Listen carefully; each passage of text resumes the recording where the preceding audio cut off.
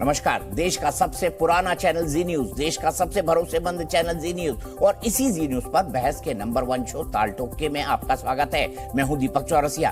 प्रधानमंत्री Narendra Modi G7 summit में हिस्सा लेने जापान पहुंच गए हैं। अब से कुछ मिनटों पहले की यह तस्वीर है। ये प्रधानमंत्री के विमान ने जब हिरोशिमा में लैंडिंग की थी, ये उसकी तस्वीर है। मोदी हाथ जोड़कर अभिवादन कर रहे हैं और सीढ़ियों से अपने चिरपरिचित अंदाज में उतर रहे हैं। प्रधानमंत्री मोदी G7 समिट में खास मेहमान के तौर पर शामिल हो रहे हैं। वो 21 मई तक समिट में हिस्सा लेंगे। इस दौरान कई द्विपक्षीय मुलाकातें करेंगे। उसके बाद वो 2 दिन के लिए पापुआ न्यू गिनी और ऑस्ट्रेलिया जाएंगे। यहाँ याद दिला दूं कि ये भारत के पीएम का दौरा है। भारत के प्रधानमंत्री का निमंत्रण प्रधानमंत्री को मिला है। यह अलग बात है कि वो नरेंद्र मोदी हैं, लेकिन कांग्रेस को मोदी का G7 में जाना शायद जमा नहीं। जयराम रमेश ने एक ट्वीट करके कहा कि स्वयंभू विश्वगुरु की प्रचार फैक्ट्री ने झूठा नैरेटिव बनाना शुरू कर दिया है। उन्होंने मोदी पर खुद के ढोल पीटने का और अपना महिमा मंडन कराने का आरोप लगाया। जयराम ने यह भी याद दिलाया कि यह कोई पहली बार नहीं है। डॉक्टर मनमोहन सिंह भी 5 बार G7 में गए थे। जयराम क्यों झल्लाए पता नहीं, क्योंकि मोदी ने जापान जाने से पहले जो 3 ट्वीट किए हैं उनमें सीधे सपाट शब्दों में सिर्फ 5 दिन का शेड्यूल बताया है। लेकिन कांग्रेस को लगता है कि दौरे से ब्रांड मोदी और चमकेगा, शायद इसीलिए ये राजनीतिक हमला। मोदी जून में अमेरिका भी जाएंगे, लेकिन उससे पहले राहुल गांधी खुद अमेरिका जा रहे हैं। वो अपनी मोहब्बत की दुकान को लेकर जा रहे हैं। 30 मई को राहुल कैलिफोर्निया के कॉलेज में मोहब्बत की दुकान खोलेंगे, लोकतंत्र पर बात करेंगे, जैसी पिछली बार लंदन में की थी। लेकिन कांग्रेस देश के अंदर कई लोगों के लिए अपनी मोहब्बत की दुकान के शटर उठाने को तैयार नहीं है। कल बेंगलुरु में सिद्धारमैया की सरकार शपथ लेगी। कांग्रेस ने इसके लिए चुन चुनकर न्योते बांटे, लेकिन केजरीवाल, मायावती, केसीआर, जगनमोहन रेड्डी जैसे कई नेताओं को या मुख्यमंत्रियों को या पूर्व मुख्यमंत्रियों को निमंत्रण नहीं दिए गए। यानी मोहब्बत की ये दुकान सेलेक्टिव है। तो आज की बहस में मोहब्बत के इस सीमित ऑफर पर भी बात करेंगे।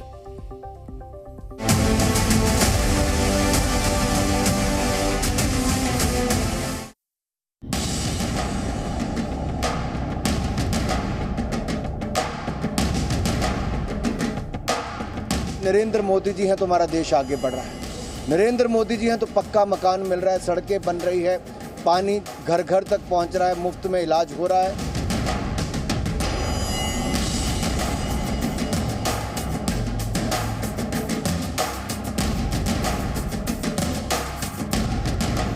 India's regular participation at the G7 summits clearly points to increasing recognition that India should be a part of any serious effort to resolve global challenges.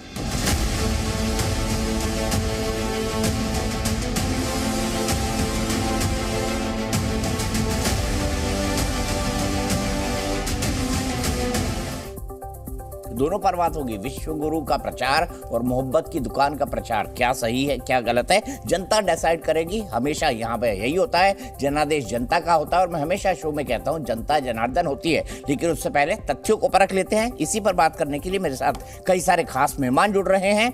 Rakesh Sinha ji Bharatiya Janata party के राज्यसभा सांसद हैं, संघ के विचारक हैं, प्रोफेसर हैं, लेखक हैं और साथ ही साथ अपनी प्रखर वक्तव्य कला के लिए भी जाने जाते हैं। सुरेंद्र राजपूत जी कांग्रेस के पुराने बैट्समैन, काफी धुआंधार बैटिंग करते हैं। और सुरेंद्र राजपूत जी लैंग्वेज की पर भी पकड़ रखते हैं और साथ ही साथ विषयों पर भी। मैं स्वयं पुरोहित जी को पहली बार अपने शो में इंट्रोड्यूस कर रहा हूं। स्वयं पुरोहित जी, आपका हार्दिक स्वागत है। आप टीएमसी के प्रवक्ता के तौर पर यहां बैठे हैं। और AK वाजपेयी जी प्रवक्ता लोक जनशक्ति पार्टी रामविलास के, साथ ही साथ सुप्रीम कोर्ट के वरिष्ठ लॉयर हैं। सबसे पहले मैं शुरुआत करता हूं सुरेंद्र राजपूत जी आपसे। भाई, प्रधानमंत्री ने तो कहीं नहीं लिखा मैं प्रचार कर रहा हूं। उनके 3 ट्वीट में कहीं ये नहीं कहा गया कि देखो मेरे को बुला लिया फिर से G7 में। तो जयराम रमेश जी के इस ट्वीट का मतलब क्या है? कहीं मोदी अपनी ब्रांडिंग और मजबूत ना कर ले? कांग्रेस क्या उसको रोकने की कोशिश कर रही है? दीपक भाई, आप तो सब कुछ जानते हैं। ये अलग बात है कि दिल और दिमाग पे संघर्ष चलता है। जिस तरीके से आदरणीय प्रधानमंत्री, मेरा दिल भी वही कहता है जो मेरा दिमाग कहता है। मैं बड़ा क्लियर हूं इस मामले में और मैं कभी छुपाता नहीं। अरे सर 2 मिनट आप 3 मिनट लीजिए सर, हमें भी तो पूरी बात कह लेने दिया कीजिए। आप हमारे सरपंच हो सर। हम आपसे 2-3 बातें कह रहे हैं। लगातार जिस तरीके से विश्व गुरु के रूप में प्रधानमंत्री श्री नरेंद्र मोदी जी अपनी ब्रांडिंग करने की बात करते हैं और उन जगहों पे अपनी ब्रांडिंग करने की बात करते हैं जो समिटें 1976 से चल रही हैं, जहां भारत 2003 से जा रहा है। लगातार भारत की बढ़ती अहमियत का भरोसा, बढ़ती अहमियत का पता चलता है, बढ़ते भरोसे का पता चलता है। और लगातार सरकारें किसी की भी रही हों, हमारा प्रधानमंत्री लगातार सशक्त होते हुए भारत का नेतृत्व करता है और प्रधानमंत्री सशक्त होता है। लेकिन जब प्रधानमंत्री जी उस प्रधानमंत्री के पद को सशक्त करने की जगह पर उसके नाम पर अपने आप को सशक्त करने की बात करते हैं या अपने आप को गुरु दिखाने की बात करते हैं, चाहे वो G20 का मामला, अब G20 में आप उठाइए, राकेश सिन्हा जी भी बड़े प्रखर हैं, हमारे मतभेद हैं इनसे, एक दूसरे दल में है लेकिन विद्वान है। आप बताइए कि G20 समिट लगातार 20 देशों में रोटेशनल बेस पे मिलती है, लगातार रोटेशनल बेस पे, इसमें कहीं कोई ना बड़ा ना कोई छोटा। इंडोनेशिया जैसा छोटा देश इससे पहले अध्यक्ष था, इस बार हम अध्यक्ष हैं। इस तरीके से पूरे देश में G20 की ब्रांडिंग की और प्रधानमंत्री जी की ब्रांडिंग की भारतीय जनता पार्टी और उनके छत्रपों ने। ऐसा लगता था जैसे इससे पहले G20 कभी आया ही नहीं, किसी के यहां नहीं आया।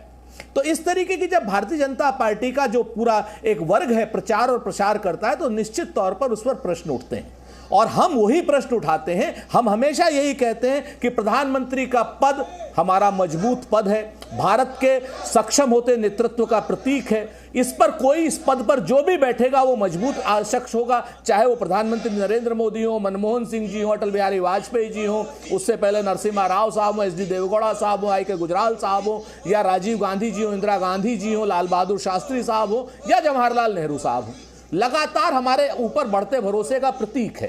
तो यहां पर जब प्रधानमंत्री जी की पर्सनल ब्रांडिंग करने की बात भारतीय जनता पार्टी करती है, तो निश्चित तौर पर उस पर हम प्रश्न भी करेंगे, उनके पद की बात भी करेंगे, उनके कद की बात भी करेंगे। और जिस तरीके से भारतीय जनता पार्टी इधर उधर की बातों में उलझा करके मूल मुद्दों को भटकाती है देश की, चाहे वो महंगाई की समस्या हो, चाहे वो बेरोजगारी की समस्या हो, चाहे कर्नाटक की हार की बात हो, इन सारे मुद्दों पर भटकाने की बात करेंगे, भटकाने, अटकाने और लटकाने की, तो निश्चित तौर पर हम ये बात उठाएंगे। हमारा तो इतना मानना है। ठीक है, मैं सीधे राकेश सिन्हा जी के पास चलता हूं। राकेश सिन्हा जी, प्रधानमंत्री स्वयं की ब्रांडिंग कर रहे हैं, ये आरोप लगा रहे हैं सुरेंद्र राजपूत जी।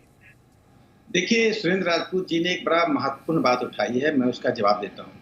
उन्होंने G20 के बारे में कहा कि G20 रोटेशनल बेसिस होता है, सही बात कहा, रोटेशनल बेसिस होता है। लेकिन जो इसमें सबसे महत्वपूर्ण बात है, क्यों नरेंद्र मोदी जी की शख्सियत है और नरेंद्र मोदी जी का अंतर्राष्ट्रीय राजनीति में क्या महत्व है। ये महत्व सिर्फ भारत के लिए होता तो बहुत महत्व का नहीं होता। ये महत्व अंतर्राष्ट्रीय राजनीति में कैसे हुआ है, उसका मैं एक उदाहरण देता हूँ। लीग ऑफ नेशन, आप जानते हैं 84 लीग ऑफ नेशंस बना था प्रथम विश्व युद्ध के बाद। वो क्यों विफल हुआ? क्योंकि कुछ राजनेताओं के हाथों का हथकंडा था। यूनाइटेड नेशन बना, लेकिन यूनाइटेड नेशन क्यों असफल नहीं हो पा रहा है, चाहे वो डीमिलिटराइजेशन हो या एटॉमिक जो कंपटीशन है उससे दूर करने की बात हो, दुनिया की समस्याओं से क्यों नहीं निजात पा रहा है? क्योंकि ये जो संस्थाएं हैं वे राष्ट्राध्यक्षों की संस्थाएं बनकर रह गई। वास्तव में प्रधानमंत्री मोदी जी ने G20 के द्वारा पूरी दुनिया में एक मॉडल दिया है। यह मॉडल प्रथम विश्व युद्ध के बाद किसी राजनेता ने नहीं दिया।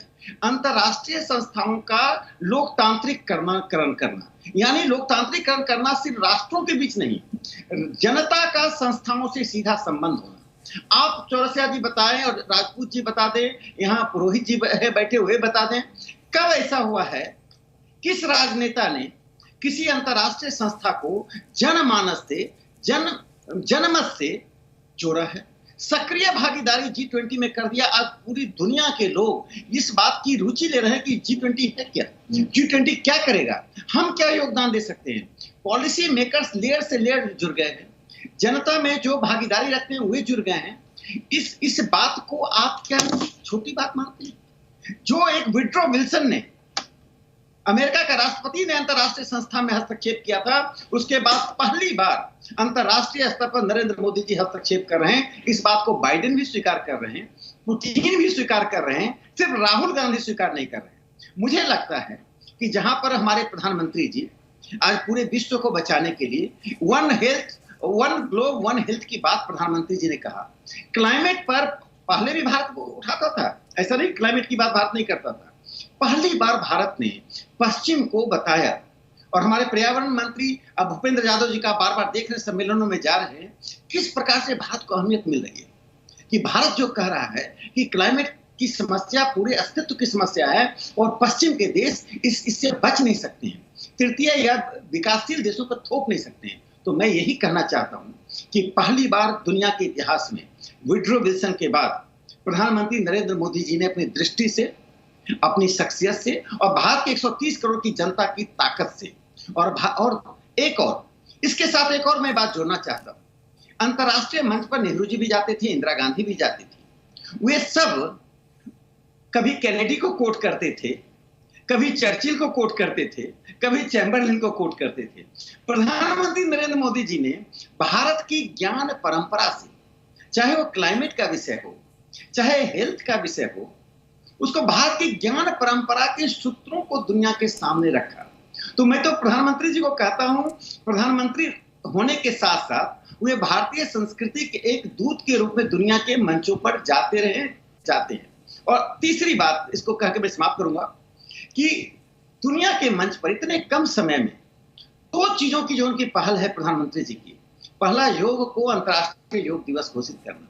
भारत का प्रधानमंत्री बनते ही उन्होंने जो इस प्रस्ताव को लिया, इस प्रस्ताव को रखा, और उस वक्त भारत में क्या हो रहा था, चौरसिया जी, मैंने आपके साथ दर्जनों डिबेट किया है कि योग सांप्रदायिक है या सेकुलर है, और मैं बार बार मुझे याद है मुश्किल से डिफेंड करता था कि ये तो इसका सांप्रदायिकता से कोई संबंध नहीं है।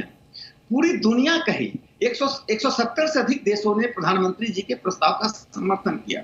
रूस से लेकर अमेरिका तक योग होने लगे। भारत में इस बात का चल रहा था कि सूर्य नमस्कार करें या अनुलोम विलोम करें, या दोनों नहीं करें। और दूसरी बात, ये मोटा अनाज जिसको श्री अन्न प्रधानमंत्री जी ने कहा, देखिए प्रधानमंत्री जी सिर्फ नीति नहीं बनाते हैं, सिर्फ नीति का कार्यान्वयन नहीं करते हैं, गुणात्मक परिवर्तन और मोटा अनाज, उनको उन्होंने श्री अन्न दिया और पूरी दुनिया को कहा कि ये सिर्फ हमारे लिए उपयोगी नहीं है, दुनिया के स्वास्थ्य के लिए उपयोगी है। कोविड के बाद दुनिया ने रियलाइज किया कि प्रधानमंत्री जी ने जिस प्रकार कोविड के समय में सक्रियता दिखाई, ये एक सकारात्मक रुख अपनाया, और आज पूरी दुनिया अंतर्राष्ट्रीय ये जो मिलेट्स है इंटरनेशनल डे के रूप में मना रही, इंटरनेशनल ईयर के रूप में मना रही। इससे मैंने सबसे इतना ही कहा कि आप मतांतर रखिए, आप आलोचनाएं कीजिए, लेकिन जो रचनात्मकता है जिसमें देश को प्रतिष्ठा मिलती है, दुनिया के लोगों को सुरक्षा, शांति, सौहार्द मिलता है, उसमें कम से कम प्रधानमंत्री जी नरेंद्र मोदी जी हो या बाइडेन हो या पुतिन हो, उनका विरोध मत कीजिए। ठीक है सुरेंद्र राजपूत जी, सीधा मेरा सवाल है, आपने कहा G20 पे देखिए पूरा कैंपेन कर दिया, ब्रांडिंग कर दिया, क्या ये फैक्ट गलत है कि G20 की चेयरमैनशिप जो रोटेशन में मिलती है, बिल्कुल माना 100% आपकी बात सही है, 200% सही है, लेकिन G20 पहली बार भारत में हो रहा है, क्या इस फैक्ट को आप नकार सकते हैं? ये भी तो अपने आप में एक उपलब्धि है। चलिए भले से रोटेशन से हो रहा है, लेकिन अगले की किस्मत है कि वो प्रधानमंत्री है। अभी मैं प्रधानमंत्री मोदी जी के लिए बात कह रहा हूं, बहुत आसान शब्दों में अपने दर्शकों को समझाने के लिए। देखिए 3-4 चीजें हैं। अभी राकेश सिन्हा जी, हमारी आपत्ति इसी बात से, इतना विद्वान प्रवक्ता, इतना पढ़ा लिखा प्रोफेसर, वो भी प्रधानमंत्री को नहीं, वो नरेंद्र मोदी जी को और प्रधानमंत्री को अलग अलग करके बात करे। वो कह रहे प्रधानमंत्री ने पहली बार। अरे राकेश सिन्हा जी, सबसे बड़ा मूवमेंट हिंदुस्तान ने दुनिया में जब किया था, जब आज़ाद हिंदुस्तान हुआ था, तो भारत ने नॉन अलाइंड मूवमेंट को स्थापित किया था। वहां पर क्या भारत का नेतृत्व नहीं था? जवाहरलाल नेहरू जी से लेकर के इंदिरा गांधी तक का नेतृत्व नहीं था? काम के बदले क्या नाम, तेल के बदले अनाज तक, जो जिस तरीके से पूरी दुनिया जिस समय इराक को आइसोलेट किए हुए थी, हमने तेल के बदले अनाज नहीं दिया था क्या उन्हें? आप इस चीज को, आपने एक पाकिस्तान के दो पाकिस्तान, जब 7th फ्लीट अमेरिका की आ गई थी, बांग्लादेश जब हमने बनाया था, तब उसके बाद भी भारत सीना तान के खड़ा हुआ था। क्या वो मजबूत भारत नहीं था? नाथुला की जंग में जिस तरीके से हमने 500 चाइनीज सैनिकों को मार दिया था और उसके बाद भी सीना तान के भारत खड़ा हुआ था, क्या वो मजबूत, सक्षम और भारत नहीं था? 1974 में जब हम लोगों ने परमाणु विखंडन किया था, पूरी दुनिया सख्ते में थी और पूरी दुनिया का दबाव था, इंदिरा जी का सशक्त नेतृत्व था, क्या वो मजबूत और सशक्त भारत नहीं था? देखिए, इन सब बातों को करके कोई फायदा नहीं है। मैं आपसे फिर से कहता हूं कि G20 रोटेशनल आया है और रोटेशनल में ऐसी कोई नई चीज नहीं है जो G20 में पहली बार ऐसी यहां पर हो रही हो, जो प्रधानमंत्री जी अलग से कर रहे हो। और रही बात, आप अगर इसकी बात करते हैं अपना एनवायरमेंट की, तो एनवायरमेंट में श्री जयराम रमेश जी हमारे मंत्री थे, उनके रहते हुए चाहे कूनो के जो इस समय चीते आ रहे हैं, ये सारी चीजें पूरी दुनिया में क्लाइमेटिक कंडीशन में भारत का विरोध क्या पहली बार आपने सुना है कि क्या नाम मजबूत राष्ट्र हैं उनका जो क्या नाम वो बोलते हैं कार्बन ओमिशन है वो कम होना चाहिए। हमारे ऊपर वो हमने तो उसकी मीटिंगों का बहिष्कार तक किया और वो सारे बहिष्कार की वजह से मीटिंगें रद्द हुई। ऐसा नहीं है, जो भी पद पर रहा हो, चाहे अटल बिहारी वाजपेयी जी रहे हो, चाहे एच डी देवेगौड़ा साहब रहे हो, चाहे आई के गुजराल साहब रहे हो, छोड़ दीजिए आप जवाहरलाल जी को, राजीव गांधी जी को, इंदिरा जी को, नरसिम्हा राव जी को, मनमोहन सिंह साहब को, तो ये सारी चीजें प्रधानमंत्री का जो पद हिंदुस्तान का है, सशक्त नेतृत्व जो 140 करोड़ का भारत है, इस भारत की ताकत है, इस भारत की आवाज है। प्रधानमंत्री के पद की वंदना कीजिए। आप जब व्यक्ति विशेष की वंदना करने लगते हैं तो निश्चित तौर पर यह पता चलता है और हमारा आरोप पुष्ट होता है कि प्रधानमंत्री जी अपने पद का इस्तेमाल करके अपनी ब्रांडिंग कर रहे हैं। यही तो हमारा कहना है। हम तो कहते हैं प्रधानमंत्री पद की जितनी ब्रांडिंग हो उतनी कम है। हम तो कहते हैं, अब आप ही के लोग थे, आप ही के लोगों ने एक झूठ फैलाया पूरे देश में कि साहब प्रधानमंत्री जी ने रूस का और यूक्रेन का युद्ध रुकवा दिया था। मिनिस्ट्री ऑफ एक्सटर्नल अफेयर्स को आगे आना पड़ा कि भाई ये जो लोग कह रहे हैं, गलत कह रहे हैं, ये बिल्कुल झूठ है। मिनिस्ट्री ऑफ एक्सटर्नल अफेयर्स, प्रधानमंत्री के अधीन जो मंत्रालय, वो कह रहा है कि ये झूठ है।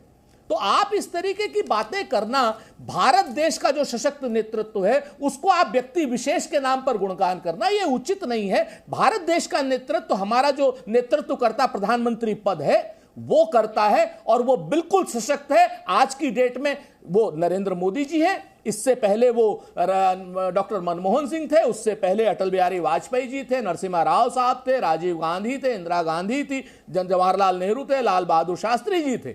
इन सब लोगों ने सशक्त रूप से काम किया है। तो इस तरीके की बात मत कीजिए। हमारा इतना ही सुरेंद्र भाई आपने इतने खूबसूरत तरीके से समझाया कि कांग्रेस ने कौन कौन से अच्छे काम किए थे फॉरेन पॉलिसी के फ्रंट पे, और बहुत संक्षेप में समझाया। लेकिन मैं आपसे एक बात पूछता हूं, और मेरा बड़ा सीधा सवाल है कि G20 भारत में होना और मोदी जी के वक्त होना, क्या ये सत्य नहीं है? और अगर सत्य है तो इसको कम करके क्यों आंका जा रहा है, ये बताइए मुझे।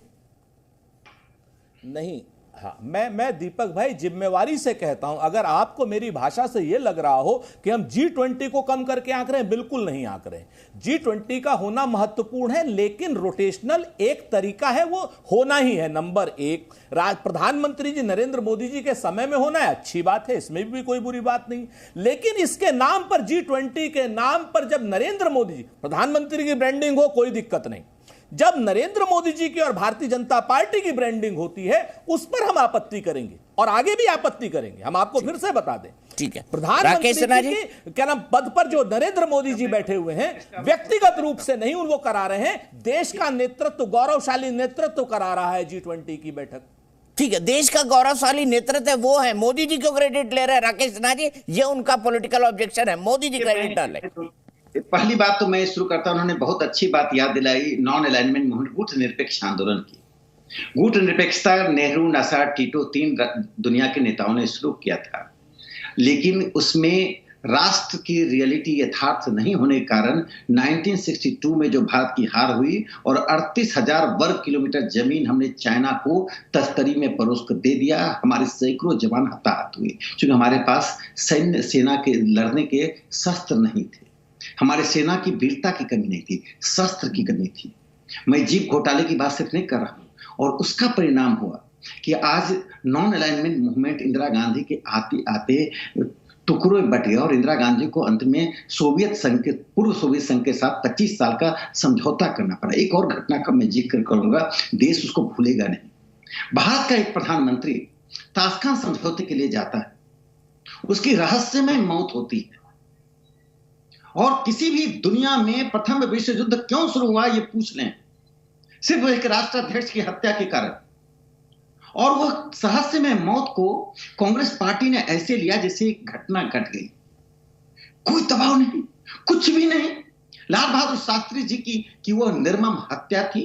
दुनिया की ताकतों ने भारत की कमजोरी का लाभ उठाया। आप दुनिया से PL-80 की तरह अनाज मांगते थे, पर देखिए रामायण का पाठ करना और रामायण की पाठ करने के पीछे ताकत के होने में अंतर है। प्रधानमंत्री नरेंद्र मोदी जी ने भारत को एक आर्थिक ताकत के रूप में उभारा। आज मोबाइल का प्रोडक्शन देख लीजिए, आप कार का प्रोडक्शन देख लीजिए, और सबसे बड़ी बात है हम डिफेंस के क्षेत्र में अपना सारा कमाया हुआ धन, डॉलर रूबल जो भी कमा के लाते थे, डिफेंस के सौदे में दे देते थे। प्रधानमंत्री जी ने आज जो पहले क्यों नहीं हुआ, 70 साल तक किसी के मस्तिष्क में क्यों नहीं आया कि हम डिफेंस के क्षेत्र में स्वावलंबी बने। पहले 173 आइटम को किया, अभी तुरंत डिफेंस मिनिस्टर का है, लगभग मुझे ठीक आंकड़े याद नहीं है, 500 और आइटम्स को भारत में बनाया जाएगा।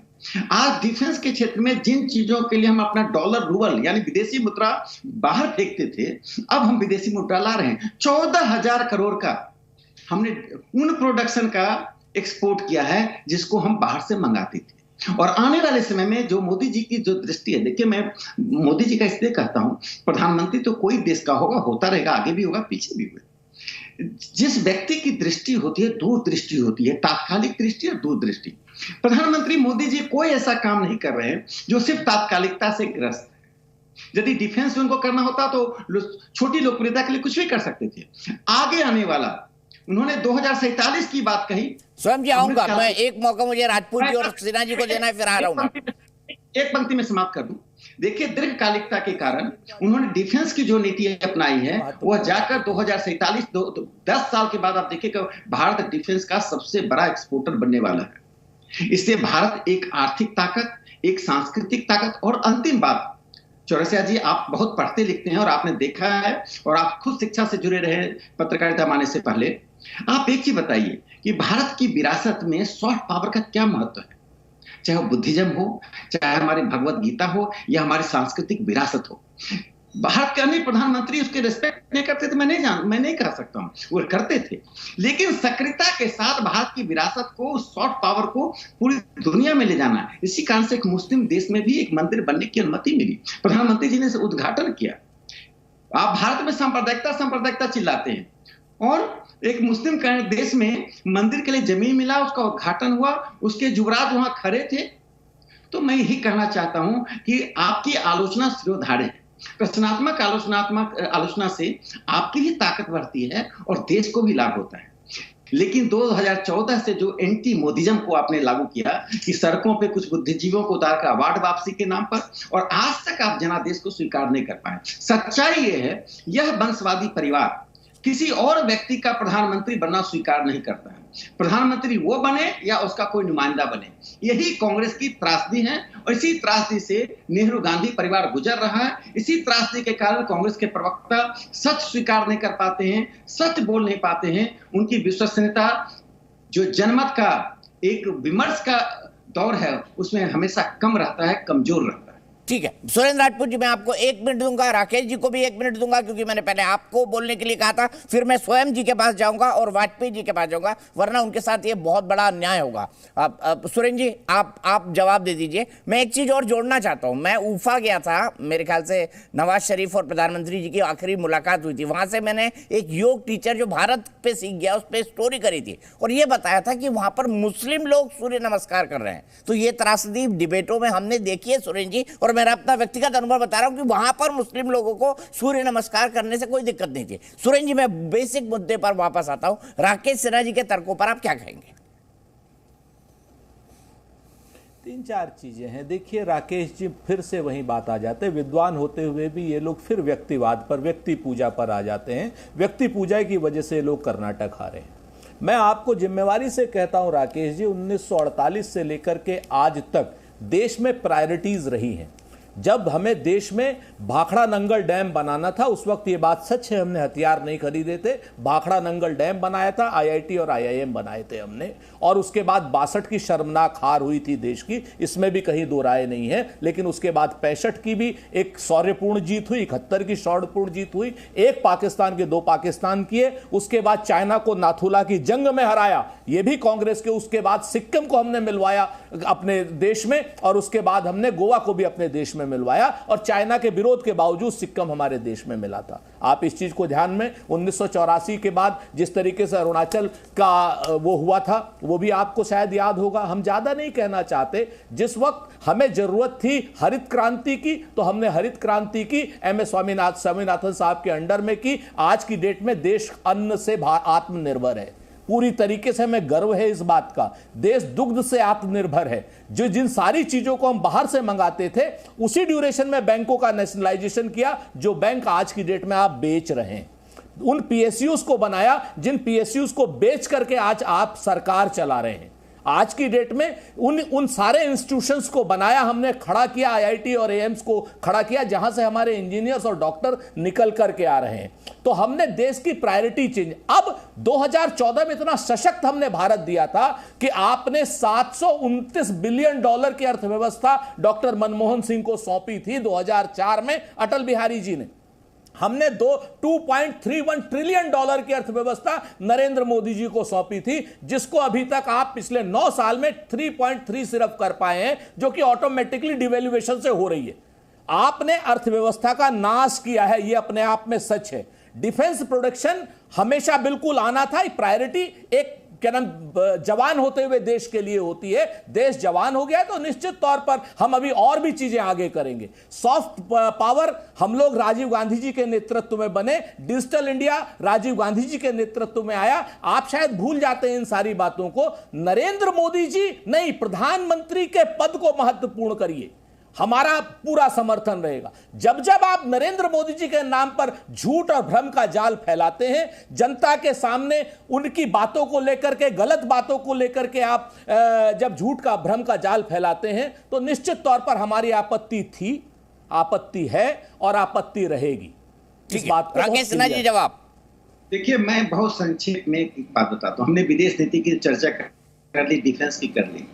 एक राष्ट्र तब वैभवशाली होता है जब उसका सामान्य व्यक्ति अपने आप को गणतंत्र से जोड़ता है। चौरसिया जी, हम लोग और राजपूत जी, हम सब जो यहाँ वाजपेयी जी बैठे हुए हैं, हम लोग सब जानते थे जब हम लोग छोटे थे कि पद्म अवार्ड क्या होता है। हमें लगता था शायद बड़े नाम वाले बड़े लोग होते हैं, किसको पद्म अवार्ड मिलता है। सूची देखते थे और सोचिए, कोई बेंगलोर के हैं, कोई दिल्ली के हैं, कोई मुंबई के हैं, कुछ और भी होते थे। प्रधानमंत्री नरेंद्र मोदी जी ने इस गणतंत्र को जनतंत्र के हावी था, अब गण हावी हुआ। लक्ष्मी कुट्टी का आप शायद नाम नहीं सुनते यदि प्रधानमंत्री नरेंद्र मोदी जी 2014 में प्रधानमंत्री नहीं बने होते। लक्ष्मी कुट्टी केरल की एक महिला है जिसके पैरों में चप्पल नहीं थी, जिसको अपने मोहल्ले के लोग ही सिर्फ जानते थे, क्योंकि 500 मेडिसिनल प्लांट को, रेयर प्लांट को जो एक्सटेंड कर रहा था, उसको इकट्ठा किया। राधे देवी कहाँ की थी? मणिपुर की थी, जिसने कॉटन की जो चीजें डिजाइन समाप्त हो रहा था उसको रिवाइव किया।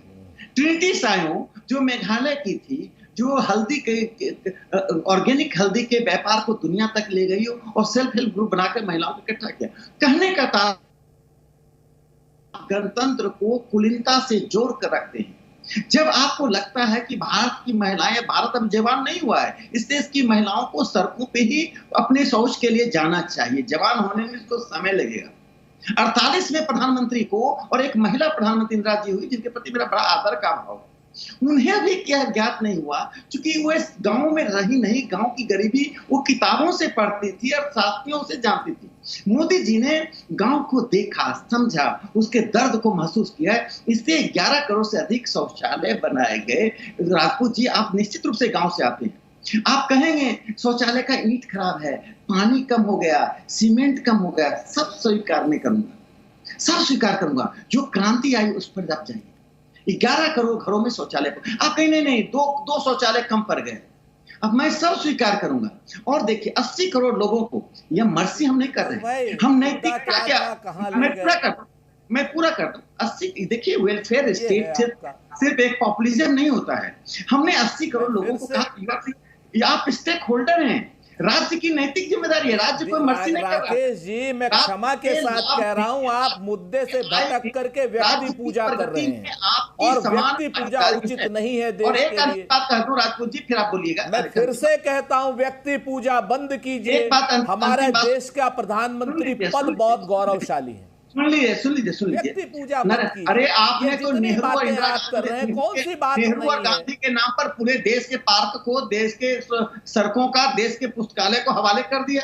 क्या बात कर रहे हैं आप? व्यक्ति पूजा कर रहे हैं। अरे भाई, हमने सिर्फ इंदिरा जी ने, हमने पटेल के नाम पर भी किया, विश्वेश्वरैया के नाम पर भी किया, हमने तो श्यामा प्रसाद मुखर्जी को भी अपने मंत्रिमंडल में रखा। आप कहां से आप आ जाते हैं? उन श्यामा प्रसाद मुखर्जी को मंत्रिमंडल में रखा जिनके राजपूत जी उन्होंने आपको बिल्कुल नहीं टोका था, बीच में नहीं, प्लीज बीच में नहीं राजपूत जी अच्छा नहीं लगता। मुद्दा आप भटका रहे हैं। आप यहाँ पर प्रधानमंत्री के अगर व्यक्ति पूजा के लिए आपको ये डिबेट करनी है तो करिए। प्रश्न उठा, ये प्रधानमंत्री व्यक्ति पूजा की डिबेट के स्टैच्यू को क्या दिल्ली में लगाएंगे? सुभाष चंद्र बोस और गांधी के स्टैच्यू को? तत्कालीन गृह मंत्री ने जवाब दिया कि गांधी जी के स्टैच्यू को लगाने का हमने निर्णय ले लिया और चुप हो गए। तो एनजी रंगा ने पूछा कि दूसरा नाम ऐसा है कि उसको बोल भी नहीं सकते, मुंह से निकाल भी नहीं सकते। जिस सुभाष चंद्र बोस के नाम पर देश गर्व करता है, जिस इंडियन आर्मी के नाम पर देश गर्व करता है, उसके स्टैच्यू को लगाने का काम अंत में मोदी जी ने ही किया। ठीक है, मैं सिर्फ विदेश नीति की बात नहीं कर रहा हूं, मोदी जी कर रहे हैं, इससे नाम है, नहीं करेंगे नाम नहीं होगा। हम उनके प्रति कृतज्ञता ज्ञापित कर रहे हैं कि उन्होंने किया। कोई व्यक्ति पूजा नहीं है, व्यक्ति पूजा और कृतज्ञता में जमीन आसमान का अंतर होता है। ठीक है, मैं अब आऊंगा लेकिन स्वयं जी से एक बयान लेता हूं, अरविंद जी से लेता हूं। माफ कीजिएगा स्वयं जी, लेट आ रहा हूं आपके पास, बहस कुछ इस तरह से चली गई, लेकिन स्वयं जी मैं आपसे जानना चाहूंगा, क्या यह सच नहीं है कि ब्रांड इंडिया मजबूत होगा तो मोदी मजबूत होंगे, और अगर मोदी मजबूत होते हैं तो ब्रांड इंडिया भी मजबूत होगा? तो कांग्रेस की इस आपत्ति पर आप क्या कहेंगे जयराम रमेश जी के इस ट्वीट पर? जी देखिए मेरा एक व्यक्तिगत ये बयान है कि देखिए, देश की जो प्रधानमंत्री की कुर्सी है वो संवैधानिक कुर्सी है। जब प्रधानमंत्री, मुख्यमंत्री कोई भी बनता है देश का, तो वो किसी दल का नहीं होता, वो पूरे देश का होता है। वो भारतीय जनता पार्टी, कांग्रेस पार्टी या तृणमूल कांग्रेस का पार्टी का नहीं है, वो पूरे देश को रिप्रेजेंट करता है। तो यहाँ पे जो लड़ाई हो रही, अभी आधे घंटे की जो डिबेट हो रही है, इसका निष्कर्ष कुछ भी नहीं है। बीजेपी वाले हैं वो अपने नेता की बात करेंगे, कांग्रेस अपने नेता की, हो सकता है तृणमूल कांग्रेस की अगर प्रधानमंत्री को मौका मिलेगा तो हम अपनी बात करेंगे, मगर देश सबको सहमत होना चाहिए। मगर दुर्भाग्य का विषय यह है कि जब देखिए देश का प्रधानमंत्री विदेशों में जा करके, ऐसा मैंने पहले कभी नहीं देखा कि डोनाल्ड ट्रंप का वहां जाके प्रचार किया जाता है। इसके पहले कभी नहीं हुआ कि देश का वहां की राजनीति में डायरेक्ट हस्तक्षेप एक संवैधानिक पद पर बैठा हुआ व्यक्ति अगर करता है, इससे ज्यादा दुर्भाग्यजनक क्या होगा? चूंकि वहां हमें हार मिली, उसके बावजूद हमारे, तो उसके अंदर वो हार तो भारत से नहीं जुड़नी चाहिए। इसलिए मोदी का मतलब भारत नहीं हो सकता है, मोदी मतलब भारत कभी नहीं हो सकता है। भारत एक बहुत बड़ा राष्ट्र है, कोई भी व्यक्ति देश का प्रधानमंत्री बन सकता है, और यह गौरवशाली देश का इतिहास रहा है कि वो कहीं भी जाएगा इसका परचम हर जगह लहरेगा। ये हम सभी चाहते हैं और यह करना हम सभी का, सभी भारतीयों का फर्ज है। मगर जिस तरह से जो तानाशाह की जो देश के अंदर में जो माहौल है, उसके बावजूद अगर हम बाहर जाके डींगे हाके, तो हमें देखना चाहिए हमारा राष्ट्र में मणिपुर जल रहा है। हमारे राष्ट्र के अंदर में हम लोग धर्म और रंगों में बांटे जा रहे हैं। रोज ऐसी लड़ाई होती है कभी कोई बात को लेके, ये उचित नहीं है। अगर हम एक राष्ट्र बन करके रिप्रेजेंट करते हैं तो कोई जाति धर्म किसी बंधन में नहीं बनना है हमें। अगर हम धर्म की बात करते हैं देश के अंदर में, आप देखिए देश के अंदर में कैसा नफरत का माहौल बना हुआ है। यही तो बात है कि देश के अंदर में इस माहौल को खराब करके अगर हम विदेशों में डींगे हाकेंगे कि हाँ हमसे बड़ा कोई नहीं है, हमने फलाने को कवर कर लिया, हम डोनाल्ड ट्रंप का प्रचार करने जा रहे हैं। अरे आप वहां डोनाल्ड ट्रंप हार गए तो मतलब क्या वो भारत की हार हो गई क्या? ऐसा नहीं होना चाहिए। ये देश के लिए शर्मनाक विषय है। कोई भी व्यक्ति राष्ट्र से बड़ा नहीं हो सकता है, मेरा इतना ही कहना है। ठीक है, मैं सीधे अब वाजपेयी जी के पास चलता हूँ। वाजपेयी जी, क्या यहाँ पर ये मान लेना कि व्यक्ति कहीं राष्ट्र से बड़ा ना हो जाए, क्या ये पर्सपेक्टिव सही है? क्या ये विमर्श ठीक है? ये राजपूत साहब को सुन रहा था, ये व्यक्तिगत पूजा पे ज़्यादा बोल रहे थे, तो जरा इनको याद दिला दूं, ये देवकांत बरगवा हुआ करते थे कांग्रेस के लीडर। क्या कहा था उन्होंने? Indira is India, India is Indira. तो व्यक्ति पूजा वो थी कि नहीं थी? इसका जवाब देना सुंदर राजपूत जी। व्यक्ति पूजा का सवाल नहीं है यहाँ। मुस्कुरा सवाल रहे हैं ये सुरेंद्र है, क्या मोदी जी के भी, हाँ जवाब देंगे ना व्यक्ति। देखिए हम ये कह रहे हैं कि यहाँ इशू ये है, क्या मोदी जी के विजन से देश का नाम हो रहा है विदेशों में कि नहीं हो रहा, और उसको आप एग्जाम्पल देके कोट करके हम बता सकते हैं। 5th लार्जेस्ट इकोनॉमी बनी कि नहीं बनी, चाहे ऑटोमेटिक बन गई चाहे हमारे प्रयासों से बन गई। 9 साल से तो सरकार इन्हीं की है ना, 9 साल से प्रधानमंत्री मोदी जी हैं, तो देश का नाम होगा तो मोदी का नाम होगा, मोदी का नाम होगा तो देश का नाम होगा, दोनों एक दूसरे के पूरक हैं। सवाल व्यक्ति पूजा का है ही नहीं। और ना बीजेपी वाले कह रहे हैं कि सिर्फ मोदी की वजह से हो रहा है। देश का मतलब होता है 130 करोड़ जनता। अगर मोदी की सरकार 123 करोड़ जनता के लिए काम करेगी तो जनता उनको बार बार लाएगी। अगर हम कोरोना की महामारी में अच्छा काम करेंगे, और जिसके मुखिया कौन है, प्रधानमंत्री मोदी, तो विदेशों में भी नाम होगा। कितनी कंट्रियों को हमने वैक्सीन बना के दी, 220 करोड़ लोगों को वैक्सीन लगाई। ये चीज़ें कैसे डिनाई हो जाएंगी। अब अगर एज ए स्पेशल इनवाइटी हमको G7 में बुलाया जा रहा है, तो आप इस तरह के ट्वीट करके क्या जाहिर करना चाहते हो? मतलब आपके राहुल गांधी लंदन जाएंगे तो वहां जाके विदेश की धरती पे भारत को क्रिटिसाइज करेंगे, आप यहाँ लोकल बैठ के भी अननेसेसरीली क्रिटिसाइज करेंगे, अननेसेसरी, जिसकी कोई आवश्यकता नहीं थी। हाँ ठीक है, विरोधी दल है, आपको अधिकार है, आप कटाक्ष भी करिए, आप क्रिटिसाइज भी करिए, लेकिन जब देश का सवाल आएगा तो उस वक्त तो संयम आपको बरतना ही चाहिए। ये बड़ा सीधा एक लाइन ड्रॉ करनी चाहिए कि जब पूरे संसार में बात आएगी भारत की तो हम सब इकट्ठे हो जाएंगे। और एजेंडा क्या है G7 का? पीस, शांति कैसे स्थापित रहे, क्लाइमेट कैसे सही रहे, या वहां पे सिक्योरिटी कैसी हो देश में, आतंकवाद कैसे कम हो पूरे विश्व में। इन विषयों पे भी मतभेद रखोगे आप सुरेंद्र राजपूत जी या आपके बड़े नेता, तो ये तो मामला कोई जनता इसको अप्रिशिएट करने वाली नहीं है। आप विरोध के लिए विरोध करते रहिए, लेकिन हमारा ये बड़ा साफ मानना है कि पिछले 9 सालों में देश का नाम हर मोर्चे पे ऊपर उठा है, हर तरीके से ऊपर उठा है। हम जहां भी जाएंगे सर झुका के नहीं, सर उठा के बात करने के लिए सक्षम हुए हैं। आपने कहा कि मनमोहन सिंह जी को भी बुलाया जाता था, तो मेंबर क्यों नहीं बना लिया भाई? 60 साल आपने राज है, 75 में ये स्टेब्लिश हुआ था, 7 के 7 कंट्री है, 8वां क्यों नहीं जुड़ा? और मनमोहन सिंह जी को एज ए स्पेशल इन्वाइटी भी नहीं बुलाया। हमारे इन्विटेशन में बाकायदा इस वर्ड का इस्तेमाल किया गया है, और हो सकता है कि अगली बार हम मेंबर भी बन जाएं उसके। तो ये सब गौरव की बातें हैं, इसको गौरव के तरीके से इसको लेना चाहिए। ये नहीं कि ट्वीट कर देंगे आप फौरन से, इससे आपका ही नुकसान है, मोदी जी का कोई नुकसान नहीं है। मोदी जी तो जाएंगे, वहाँ बाइडेन से भी मिलेंगे, जापान के प्रधानमंत्री से मिलेंगे, ऑस्ट्रेलिया जाएंगे वहाँ भी मिलेंगे। तो ये सब देश के लिए गौरवशाली इतिहास की तरह लिखा जाएगा स्वर्णिम अक्षरों में कि एक ऐसा प्रधानमंत्री आया था जिसने योगा पूरे विश्व में मशहूर किया, और पूरे विश्व के लोग उसको योगा को अप्रिशिएट करते हैं, उससे शारीरिक व्यवस्था ठीक होती है। तो ये व्यक्ति के विजन की बातें होती हैं। राकेश सिन्हा जी ने अभी आपको सारा डिटेल में ही बताया, लेकिन आप तो नहीं समझेंगे इस बात को। तो हम इससे ज़्यादा और क्या कहना चाहेंगे? हम कहना चाहेंगे कि क्रिटिसिज्म कंस्ट्रक्टिव हो, आलोचना अगर कंस्ट्रक्टिव होगी तो वो अच्छी लगती है।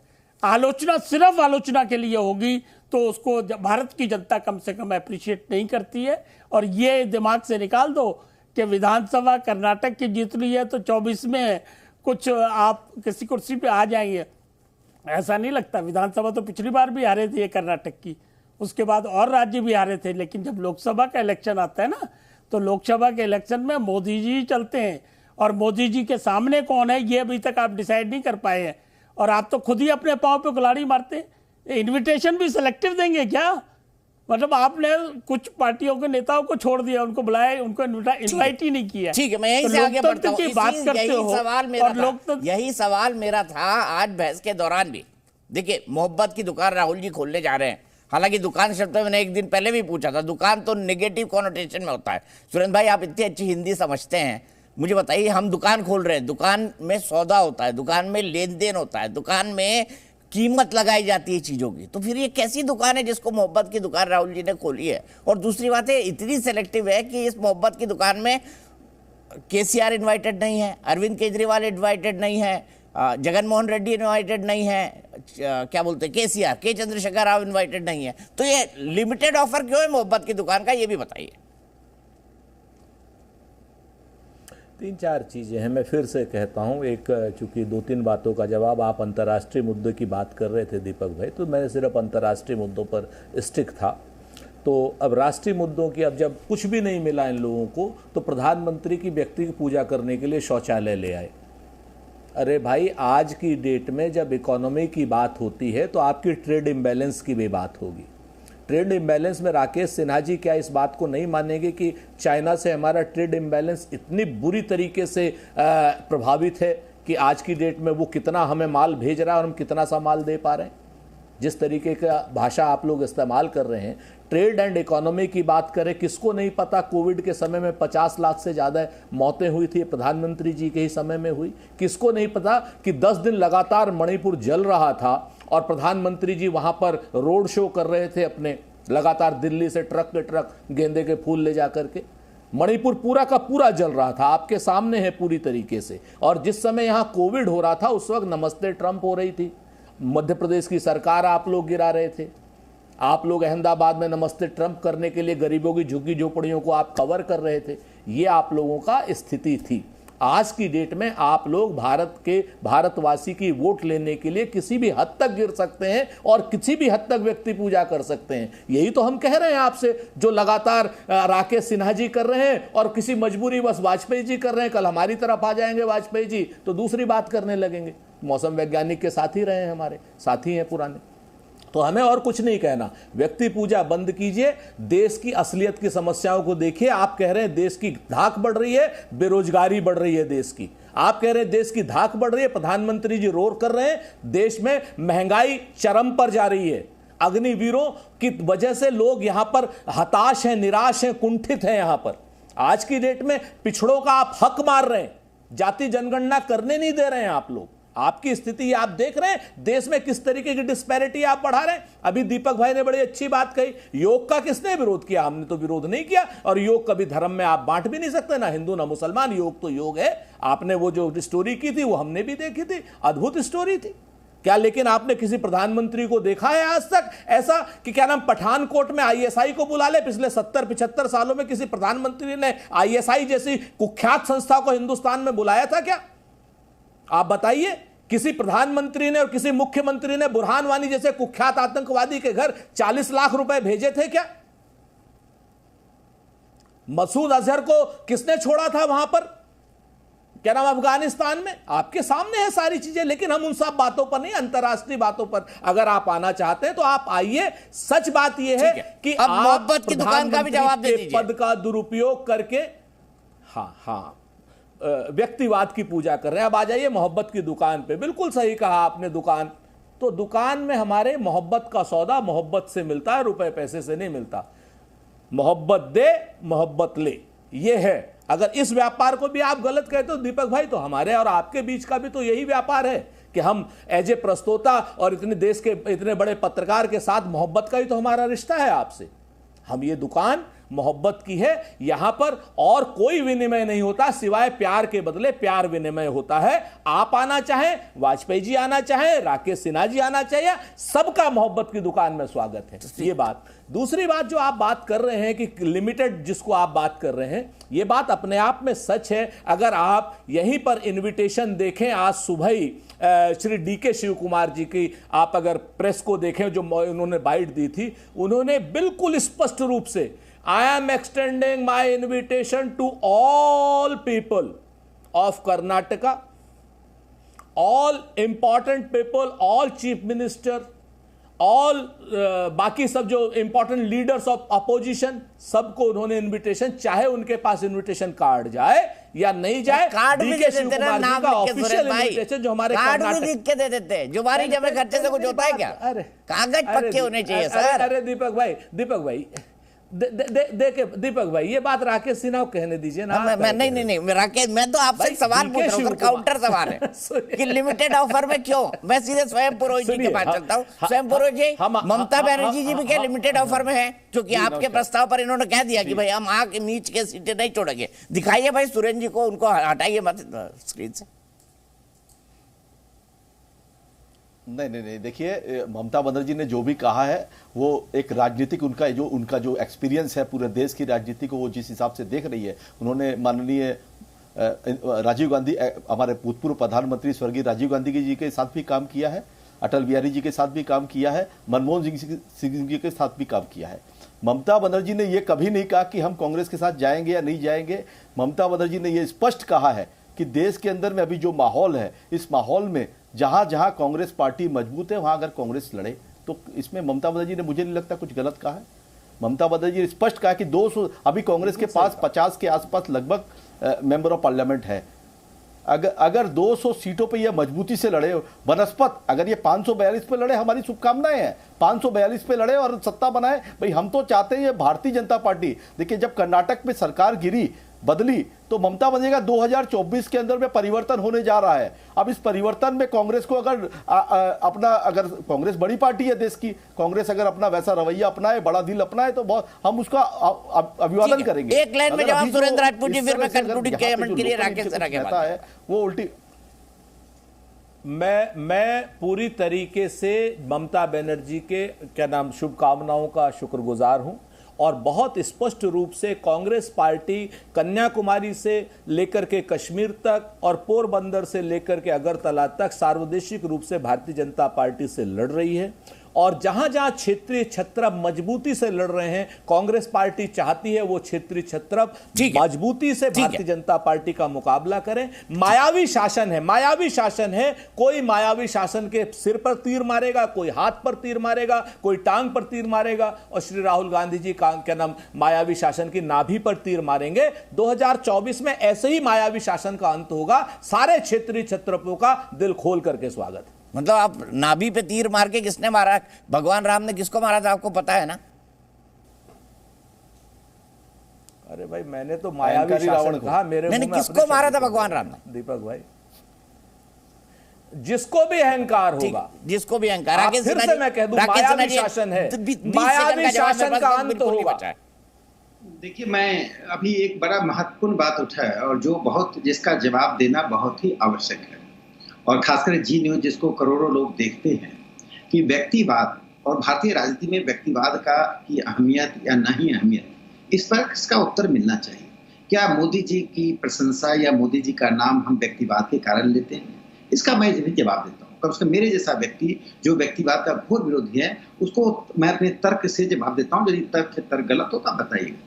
मैं 3 घटना का सिर्फ जिक्र करो, छोटे नहीं सर बहुत छोटे में मेरा टाइम खत्म हो चुका है। हाँ बस 2003 में नरेंद्र मोदी जी ने श्याम जी कृष्ण वर्मा के उस अस्थि भस्म को जिनेवा से लाने का काम किया। जो श्याम जी कृष्ण वर्मा 1930 में मरे थे लंदन में, क्रांतिकारी थे जिन्होंने लिखा था कि भारत की आजादी के बाद मेरे अस्थि भस्म को भारत ले जाएंगे।